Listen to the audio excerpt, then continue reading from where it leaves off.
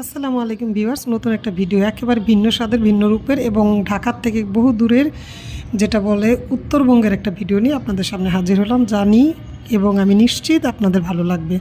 আমি এই ভর্তাটা এইভাবে কখনো করিনি, আর এই বাটনাতে তো মানে প্রশ্নই ওঠে না, কারণ আমরা ঢাকাবাসী বাটনাতে এই ধরনের খাবারগুলো তৈরি করা আমাদের কাছে একটু টাফ হয়ে যায়।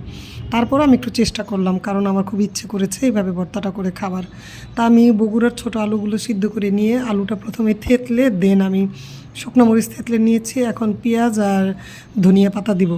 আসলে যেই এলাকায় যেভাবে অভ্যস্ত কাজ করে ওদের উত্তরবঙ্গের হয়তো ওরা এইভাবে কাজ করে সাশ্রয় ফিল করে। আমার একটু করতে কষ্ট হয়েছিল, বাট আমার কাছে কিন্তু যে উদ্দেশ্যে আমি ভর্তাটা করেছিলাম অসম্ভব স্বাদের হয়েছিল, কারণ শীতের দিনের ভর্তাগুলো একটু ভালোই হয়, যে কোনো ভর্তাই করেন আপনি। তারপরে এই আলুগুলো নাকি খুবই মজা হয়, আর এগুলো নাকি চোকলা সহই এভাবে ভর্তা করতে হয়, দোকানদার আমাকে বললো। তো আমি ট্রাই করলাম, দেখলাম যে একেবারে মিশে গেছে, ভালোই লাগে, একদম আঠালো আলুগুলো, খুবই টেস্ট একটা খাবার।